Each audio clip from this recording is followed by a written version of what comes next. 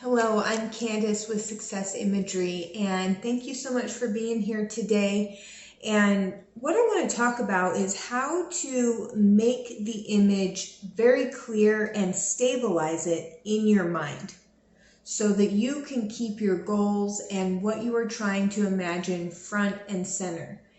And I'm going to give you some tools, some techniques so that when you're working with your staff, your employees, your teams, you can keep this in mind and think of creative ways to implement this in your wellness programs, your sales programs, your seminar series, the things that you do at your company to keep your people sharp and focused. So one of the things that people say is that they have a hard time making the image super clear. It's really fuzzy, and while it is true that it's easier to kind of keep the image going if it's like a moving image rather than to imagine a static image, one of the things that you can do is before you even go into the guided imagery session and you're in the middle of it, leading them through creative visualization or guided imagery, and in future videos, I'm going to really dive into some of the differences or how I define the differences as it relates to success imagery as a tool overall, because there's overlap, but they are kind of different. Is you want to clarify what it is that you're trying to imagine, like what done looks like to begin with, because a lot of times our goals or our objectives, we kind of conceptually understand what they are, but people have to really pause and think, okay, well, what would it look like? Would I be receiving an email? What does the interface on my computer really look like if I were opening up that email? Or perhaps they are gonna get a purchase order. What color is the purchase order? Where do you put the purchase order? Like, what does this process look like when it's really done? And then to crystallize and clearly define some of the very fine details of the sights, the sounds, and all of those things. So that segues into the next point, is that when you are imagining something, that image where it is lighting up in your brain, and they would be able to see if you were hooked up to a brain scan, electrical impulses lighting up in that part of the brain the way that they would in real life if you were involved in that task or that experience or activity. And it's very fragile though. So it's helpful because success imagery is really a catch-all term. Imagery just meaning imagination, what it would look like, feel like, sound like, taste like, smell like.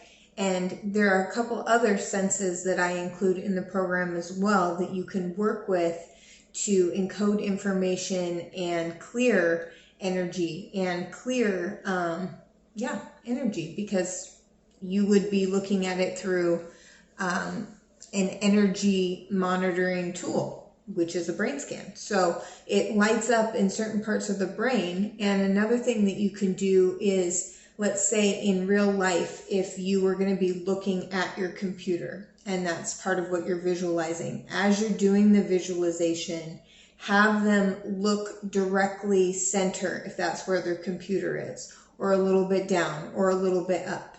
And if they can put their eyes during the guided imagery session where they would be putting their eyes and leading their eyes in real life while engaging in that activity or experience, then it will make it all that much more effective. And you want to be separating the visualization part of it, the imagery, the visual aspect from the auditory, and the auditory from the sensory, and the sensory from the olfactory, and the taste, and the way that your body feels in space and in the atmosphere. So you want to be separating all of these sense perceptions because they're each very fragile. And what I like to do is to have people crystallize them and go through one by one and do a couple things. I like to have people look at what sensory descriptions were the clearest for them. This often lets them know how they process intuitive information, because as people do guided imagery, mental rehearsal training, creative visualization, they do become more intuitive and more creative. And I'm going to go into a whole thing on that in future videos. I'm back now. I remember what I was trying to say. I was going to trail off there. But what it helps people do is it does prime their intuition, but it's helpful to go through each individual sense perception and see how they are processing their intuitive information and which channel it's coming clearer on. So if you are a more visual person, this is going to tell things about your personality, about how you work with your energy field, and it's also going to tell you things about how you're going to receive intuitive guidance when you're doing creative visualization or you're doing guided imagery. And another thing is, I like to have people do each of them one by one, each sensory description. And then I like to have them imagine it as if it's a total scene and then bring it back to the individual sense perceptions. So kind of like in our everyday individual awareness, we can dial it into a specific thing, but something visual, or we hear something and we pause and we listen, or we feel something, in our environment that's next to us, like we bumped our hand on the table or something. And you can dial it in, but you also have this overall sensory experience. So I like to break it down to the individual senses, and I also like to create it as a synthesized sensory experience. So that's some things that you can do. And also repetition is really helpful. So we offer worksheets to our clients to help them guide their teams and workshops through the success imagery process so that they can immediately start applying it and immediately begin seeing results. And one of the things that we recommend is that, first of all, you lean into the science, and then also you use the sheets and you use them consistently, because let's just say you are going to be working with a sales team. You've had some setbacks, maybe some things have happened in the marketplace, you have a different supplier, something's going on, you need to ramp up sales and you're trying to pivot.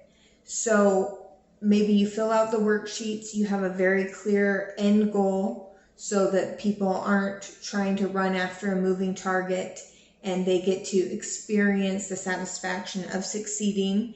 And you use repetition over and over again, using those worksheets and having them consciously think about what would it look like, what would it feel like, and map it out consciously so that when they go into this relaxed, diffuse state mode of awareness, they have already taken these very focused, because there's two different states that we have in our awareness, which is like focused and diffuse, which is very open.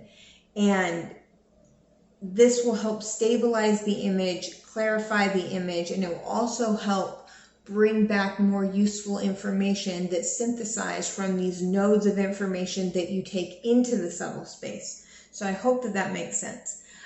Use breath to anchor the pictures. So as you are breathing and as you are imagining whatever you are describing, or as you are having them imagine whatever you are having them imagine, Have them imagine breathing into the image. Make sure that their spine is straight and that they feel comfortable moving around if need be, and that they take full, deep cleansing breaths. A lot of getting them into this relaxed, focused space, into alpha or into theta, is about helping them monitor their breathing, but modulate their breathing and change their breathing. So make sure they're taking big, deep breaths, and they can even imagine breathing color and breathing vividness and brightness and sharpness into the image.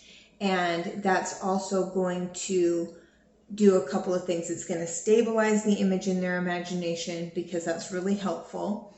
And it's also going to have an actual process for them to enliven and brighten the image. It's something that they can actually physically work with their physiology, that helps them in the focusing process of sharpening the image.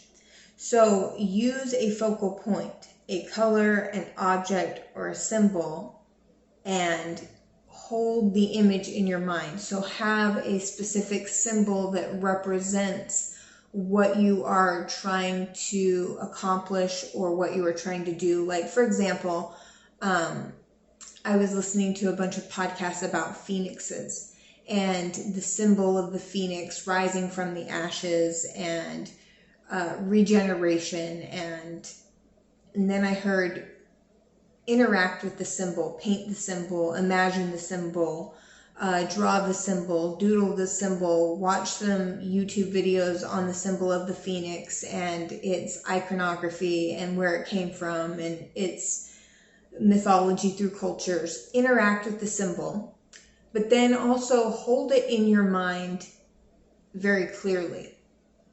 And this is a great way to impress a larger, layered, more contextual concept into your subconscious mind by impressing this larger archetypal image in your mind.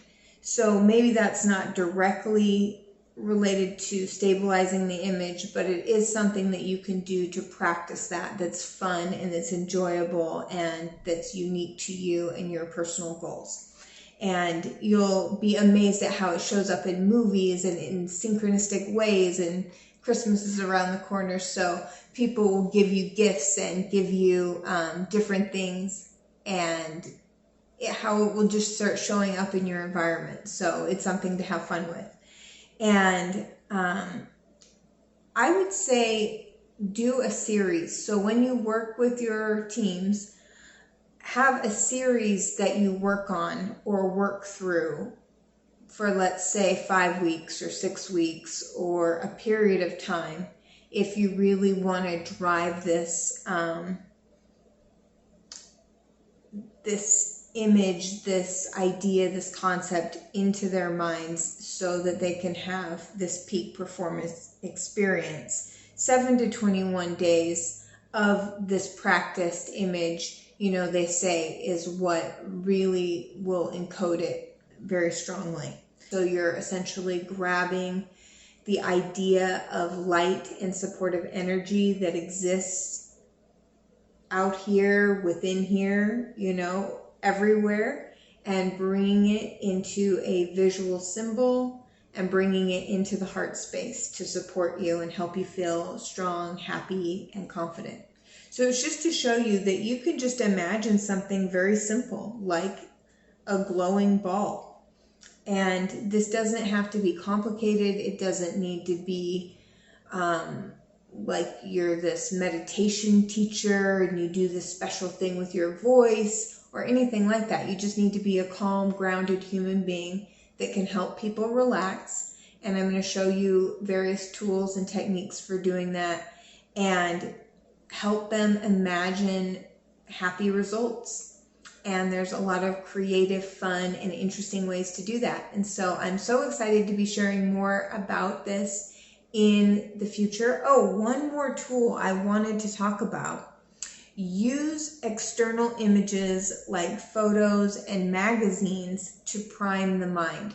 So having a vision board is great, but something else that I really like to do, and I wish that I had remembered to bring it, I have some images on my phone, but I will create like a collage image, and then I will go into the image with my imagination. So I will stare at the image, and let's say it's a picture of a beautiful beach.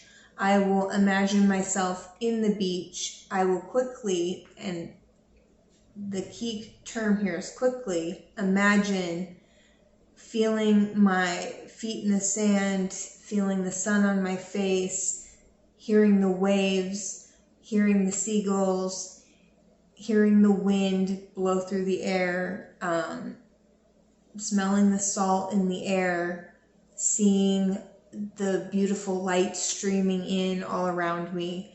And I will go into the image and actually super kind of impose myself into it and imagine what it would be like to be in that exact image, about to sit down on that lawn chair and drink that, fruity drink that they have. And imagine it. And I find that that's a really quick, fun way to do it. But you can take it, a particular image that you just love, and you're like, oh, I want that, and work with it consciously and also bring it into the subconscious space. So I hope I gave you some helpful tools about how to use guided imagery and how to stabilize those sensory inputs. And if you are interested, I am going to be developing a course here soon. Be sure to like, share, and subscribe. Hit the notification bell when you want to see more of my content.